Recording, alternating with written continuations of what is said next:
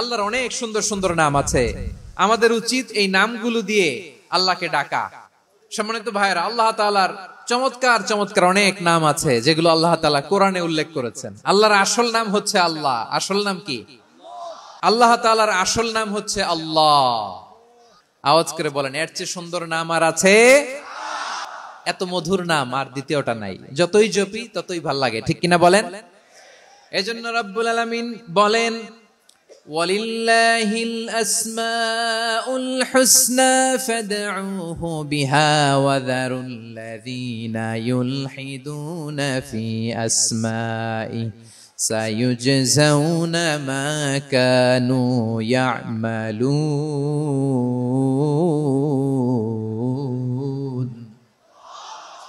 আল্লাহ বললেন, আমার অনেক সুন্দর সুন্দর নাম আছে, অনেকগুলো গুণবাচক সুন্দরতম নাম আছে। তোমরা এই নামগুলো ধরে আমি আল্লাহরে ডাকো, আর যারা আমি আল্লাহর নামের বিকৃতি ঘটায় তাদেরকে তোমরা বর্জন করো। আর তারা দুনিয়াতে যা করেছে আখিরাতের ফল তারা ঠিকই পাবে। সুবহানাল্লাহ বলেন। আল্লাহর অনেক সুন্দর সুন্দর নাম আছে, এগুলো ধরে ডাকতে বলা হয়েছে। আর যারা আল্লাহর নামের বিকৃতি করে তাদেরকে বর্জন করতে বলা হয়েছে। আপনি আল্লাহর নামের জিকির যখন করবেন, আপনি আমার আল্লাহর নামের বিকৃতি করতে পারবেন? বারোয়াখালীর ভাইরা বুঝে থাকলে আওয়াজ দেন, আল্লাহর নামের বিকৃতি করা যাবে? আপনি যখন জিকির করবেন স্পষ্ট শব্দে আল্লাহর নামটা বোঝা যেতে হবে। সুবহানাল্লাহ, ওয়ালহামদুলিল্লাহ, লা ইলাহা ইল্লাল্লাহ, আল্লাহু আকবার একসাথে মিলিয়ে করেন, অথবা আলাদা আলাদা করেন, অথবা শুধু আল্লাহ আল্লাহ এই নামের জিকিরও যদি করেন স্পষ্ট বোঝা যাইতে হবে। আল্লাহর নামের বিকৃতি করা যাবে, কিন্তু আল্লাহর নামের বিকৃতি করে জিকির এদেশে আছে না নাই? আছে। দেখবেন জিকিরের মধ্যে হুই হুই হুই হুই হুই এরকম করতেছে, আছে না নাই? সবাই মিলে লাফাচ্ছে, দফাচ্ছে, মাথা ঝুলাচ্ছে, আর কি কি যেন বলে, ওইটার মধ্যে আমি আল্লাহর নাম খুঁজে পাই না, এরকম আছে না নাই? হ্যাঁ, হই হই করে কিম্ভূত কিমাকার অদ্ভুত আওয়াজ করে তারা জিকির করে, সেখানে আল্লাহর নাম নাই। এই জিকির আল্লাহর কাছে গ্রহণযোগ্য হবে? আল্লাহ বলেন, ওয়াযারুল্লাযীনা ইউলহিদুনা ফি আসমাইহি, খবরদার আমার নামের যারা বিকৃতি ঘটায় তাদেরকে তোমরা বর্জন করো। এজন্য জিকির যখন করব সুস্পষ্ট ভাবে আল্লাহ তাআলার নাম সেখানে থাকতে হবে, ঠিক কিনা বলেন? আবার আল্লাহ বলেন, যেমন মনে চায় তেমন জিকির তোমরা করো না।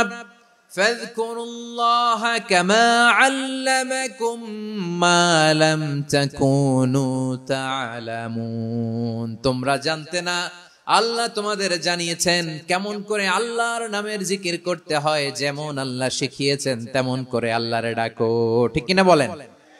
আল্লাহ তাআলা যেমন শিখিয়েছেন তেমন ভাবে আল্লাহ তাআলাকে ডাকতে হবে, ঠিক ওই পদ্ধতিতে আল্লাহ তাআলার নাম যুক্ত হবে। কোন পদ্ধতিতে সেটাও আল্লাহ বলে দিচ্ছেন।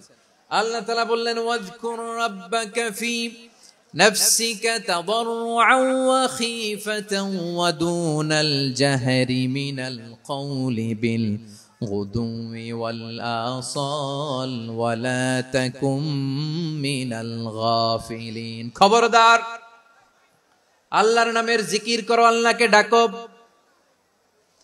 ফি নাফসিকা মনে মনে, তাদাররুআন সবিনয়ে, খীফাতান ভীত বিহবল চিত্তে, দুনাল জাহরি মিনাল কওল অনুচ্চ স্বরে অনুচ্চ আওয়াজে। এভাবে আল্লাহর ডাকলে সেই ডাকা কবুল করে নিবে কে?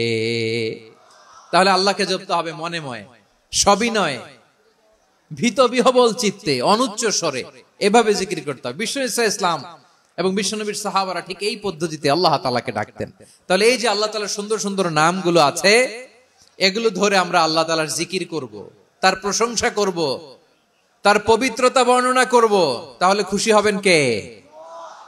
বিষ্ণু ইসলাম বলেন, আশ-শাইতানু জাসিম আলা কলবি ইবনে আদম। শয়তান বনি আদমের কলবের মধ্যে এরকম খামচি মেরে বসে থাকে। খামচি বোঝেন তো?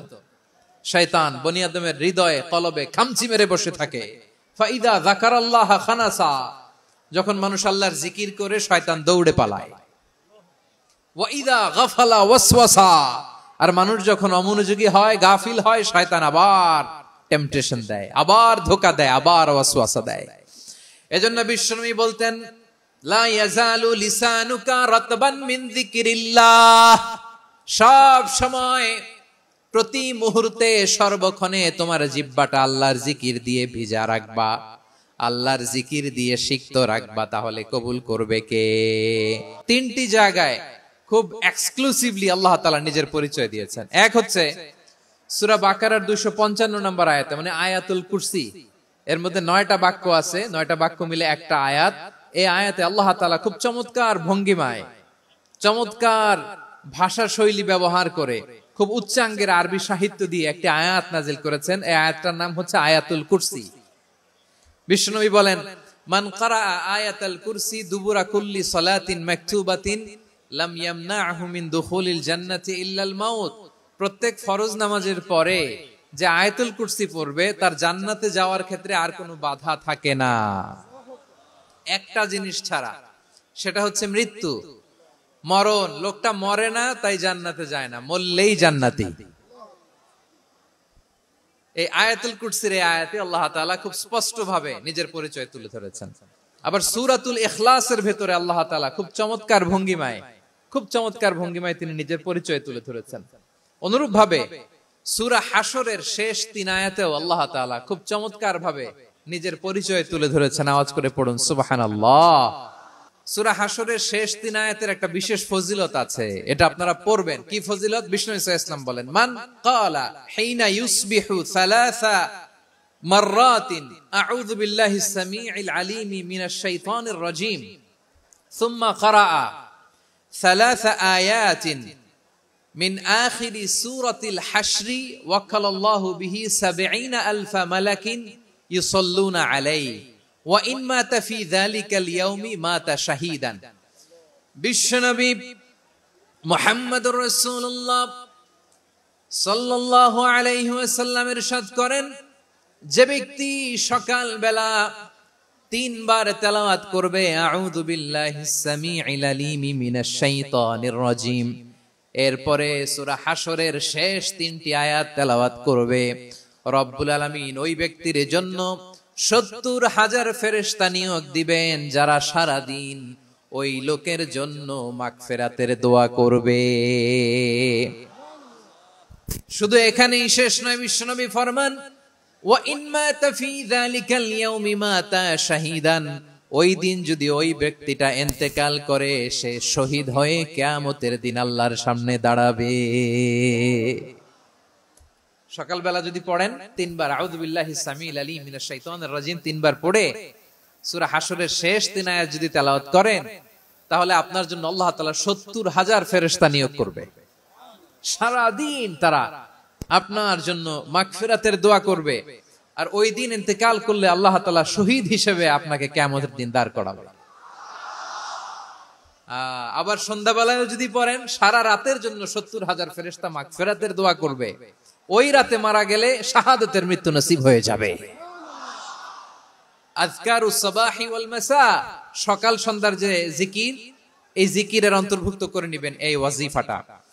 যে হাদিসটা বর্ণনা করলাম সুনানে তিরমিজির হাদিস, যদিও হাদিসটা সনদের দিক থেকে দাঈফ, কিন্তু মুহাদ্দিসিনে ইকরাম বলেছেন যেহেতু এটা ফাযাইলুল আ'মালের হাদিস, এটা পড়ার ক্ষেত্রে কোনো নিষেধাজ্ঞা নাই, এটা পড়া যাবে। সো সকাল সন্ধ্যা যদি সুযোগ হয় এই ওয়াজিফাটা যেন আমরা পড়ি। এই 3টি আয়াতের ভেতরে আল্লাহ তাআলা তার 14টি গুণবাচক নাম উল্লেখ করে দিয়েছেন, চমৎকার নাম।